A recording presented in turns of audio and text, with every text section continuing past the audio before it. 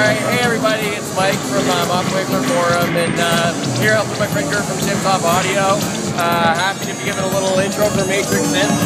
I'm going to talk about the Trigger Riot's trigger sequencer from Tiptop Audio, which I'm really excited about because it's cool. It's an interesting sequencer, it's fun to play with, it's based on clock dividers. So right now I'm just going to clear it for a minute for you, so it'll stop. It's a very accurate clock source, so let's set the tempo here to the old standard of 120. And what we have is 8 sequencers, going 1, 2, 3, 4, 5, 6, 7, 8.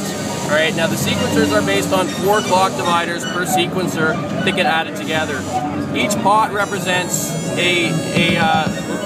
each pot is a clock divider that gets added together for the output.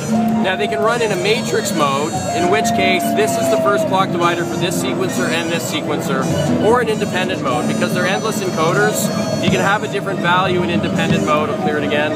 In independent mode, this pot can represent a different value for this sequencer than it does for this sequencer. In any case, to give you an idea how it works, the output of sequencer 1 is going to the kick drum right now. The clock is at a tempo of 120, so if I dial this into 4, right now you're getting a nice beat. It's a quarter of 120 BPM. I go to my second clock divider, and we'll set that, say, to 7. If I set it to 4, they would mix together, you wouldn't hear anything.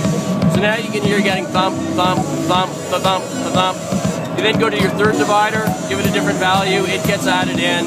Unlike a step sequencer, the Trigger Riot is really fun because you can just turn the knobs or the clock dividers until you hear a pattern that you like, hold your preset button down, and it winds up getting stored in the sequencer for you. So it's a really fun and quick way to come up with great little drum patterns just by tweaking the clock dividers. There's a lot of other advanced features to it. Let's clear this out for a minute. Some of the advanced features, I can go out of divide mode and go into step mode where you can actually dial a step.